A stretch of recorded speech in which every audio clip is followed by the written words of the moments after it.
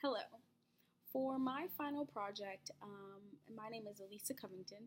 I decided to do research on the legal practices of two different companies.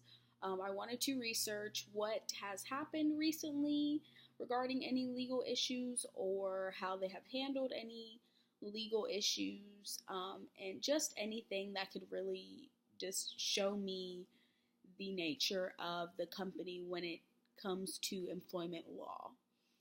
So the two companies that I decided to do research on was Chick-fil-A and Starbucks. Starbucks is a popular coffee shop, very well known for their coffee and teas. They have pretty much branded themselves based off of high quality beverages. It's a cafe that is just more high quality. That is their whole brand, and that is how they have been successful.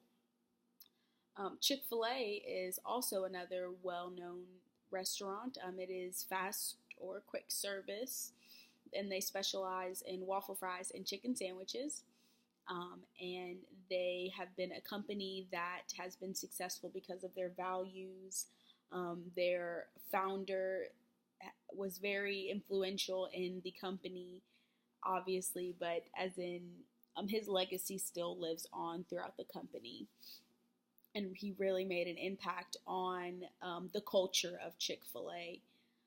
So while doing research on these two companies, I came across some events that happened regarding both of these, and just looking at how, for example, Starbucks had dealt with some of the legal matters was very interesting, and really developed really explained more for my development of the company, and how some companies do practice their employment law situations.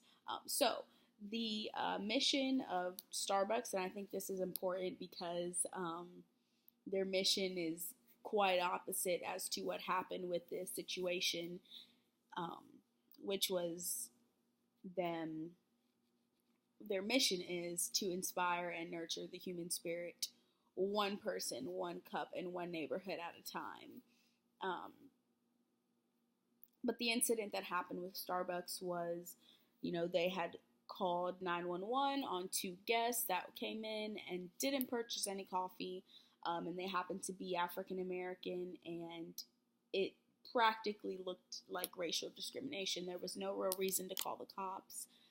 There were witnesses that said, there was no reason to call the cops, so they got hit with that kind of negative publicity, and so it was interesting to see how they responded.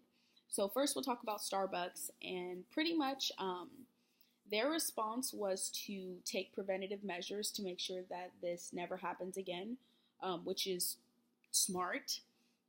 They pretty much closed down all of their stores, which was over 8,000 locations, for a day to do training as far as, discrimination, as far as just any of the employment law policies that they might need to brush up on, or just make sure their whole team is developed, because especially when you have a mission like that, you want to be all on one accord. So if it was just that store that had just kind of, took some bias or just made a mistake, they have to take responsibility of that and still, representing Starbucks. But hey, how can we not make this happen again? I think is what they were thinking. And I think that their response really showed that Starbucks pretty much has a positive management tool, which was the store-wide training for the whole day. And that based off of that training that they did, based off of the treatment of the issue, Starbucks established a source of operational effectiveness, because they were training to develop their team. So later in time, they could be more operationally sound, and they can make sure this doesn't happen again. Now, in regards to Chick-fil-A, Chick-fil-A is pretty creative in how they have dealt with their employment law policies.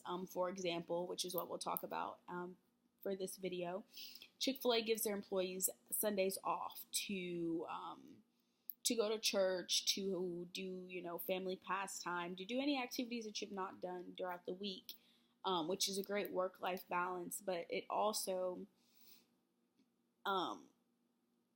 specifically addresses, any type of religious practice that an employee might have, because the founder specifically, has stated for this to be a day to, if you want to fellowship and worship, to do that.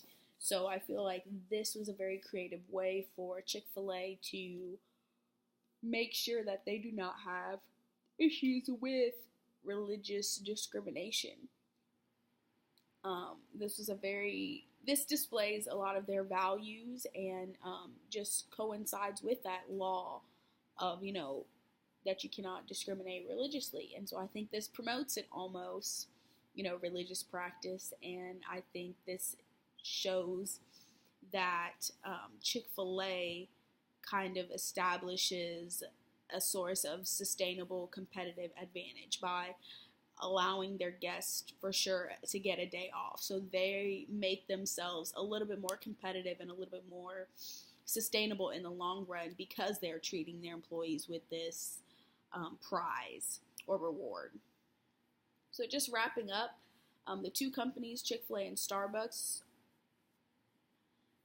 dealt with their legal practices and legal issues very differently, but both in effective ways, and definitely ways that other companies can learn from, because their situations have grown and developed them to be more successful today.